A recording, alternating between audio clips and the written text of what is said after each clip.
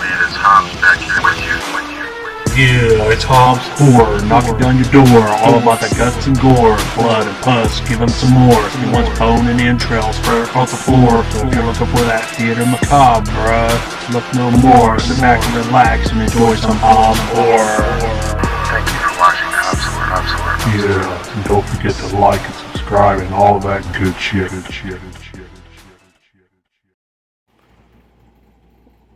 Welcome to Horror Cult Exploitation Reviews.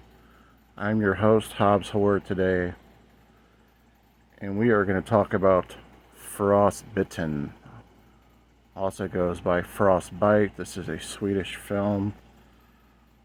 And little did I know, because I didn't know much about this film. This is from 2006.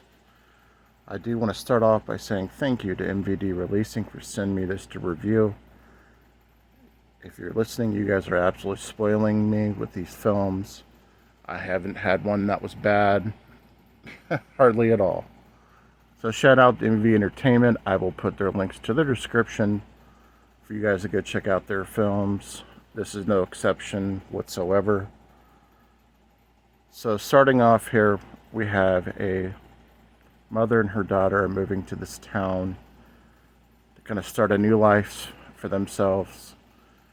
And her mother is going to work at this hospital and be kind of like a colleague, like a student, but also work at the hospital as she is trying to work with one of her mentors, a guy that she's been following through social networking and whatnot, and she's kind of like her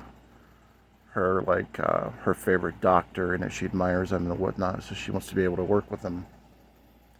And once they arrive to the town, the girl has to go to this new school, get used to some new friends, and there's a lot of history that goes along with the town and with the doctor and the hospital.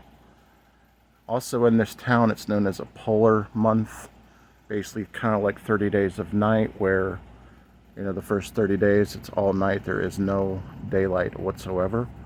But here's the kicker. This film came out before the 30 Days of Night comic was even thought of, so they kind of had the idea as well. So again, not a knock on either film. I love 30 Days of Night, but just a little tidbit. So as this is all occurring, people start to get picked off, but they're not for sure what's happening as students are ending up being taken at the school, and are being killed, and the students are trying to figure out what's happening. Meanwhile, stuff goes on at the hospital, and the mom and the daughter have to kind of figure out the going-ons in the town. I don't want to give too many details, so I don't want to give away the film. But there's a really good explanation as to the backstory of why, obviously, there's vampires in the film. It's not like I'm giving that away. And there's a climactic ending as well, which gives a lot of history to the film. But my thoughts on this one, this is an absolute must-watch. I don't know why I've been putting this one off. I am ashamed of that. There are a lot of paying homage to classic vampire films. Just to give you one of them, there's a scene where somebody is told, "You're eating larvae. How does the larvae taste?" That's obviously a tribute to the Lost Boys. There's a lot of Nosferatu tributes in this film. A lot of nods to John Carpenter's vampires in this film.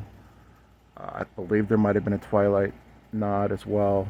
Just some really cool nods to classic vampire horror. The blood was fantastic. There was 30 gallons of blood used in the film. There was a scene where there was a party where these blood capsules containing vampire blood was put in the punch bowl, and then everybody just turns into vampires and just slaughtering everybody at this party, and it was just so creative and different. One person is trying to ingest, kind of puke up the capsule because he doesn't want to turn as he's starting to feel a little more. So he starts to swallow ketchup, literally out of the bottle. Shout out to Jim from Now It's Dark. But yeah, that's in there as well. There is a killer gnome death scene where someone gets killed with a gnome. I've never seen that. Just really well written. Grossed $125,000. Now, in 2006, when this film came out, they did not know how good it would be, so they didn't get picked up by any type of cinemas. That's why it didn't do so well. But as people started picking up on it, this became the top grossing horror film in Sweden in 2006. Just a really, really good movie. I am really surprised that I've not heard or seen this. Obviously, it goes by Frostbite. Frostbitten is, if you need to look it up and get some details on it. I thought, just looking at the cover art, that the film would have just been a CGI-based horror film, but there's a little bit of CGI, but there's also some really good effects too. It's just really, really well shot. There were angles that you don't see in some horror films, angles that you don't see specifically in vampire films, more particularly where vampires aren't able to be seen, but they can move stuff and they can touch stuff. I don't see that often, if any, on newer vampire films, or just not the ones that I've personally seen, but I cannot recommend this movie enough. Go to MVD Entertainment, see if you can get a copy of it there. Highly recommended. The effects are great. The snow that you see in the film is legit. The acting was great. Some of the gore is cut out because they used so much gore and blood. Just really, really well shot, and I can't recommend this movie enough. It is a must-watch. Again, thank you for MVD Entertainment for sending me this review for you guys. Share this video out. Share it with your boss's boss. Trying to get those connections going, folks. Don't forget to hit that thumbs up. You know what you all do. Appreciate you guys for watching. This is Hobbs Horror. If you like vampire films, this is a must-watch. Peace.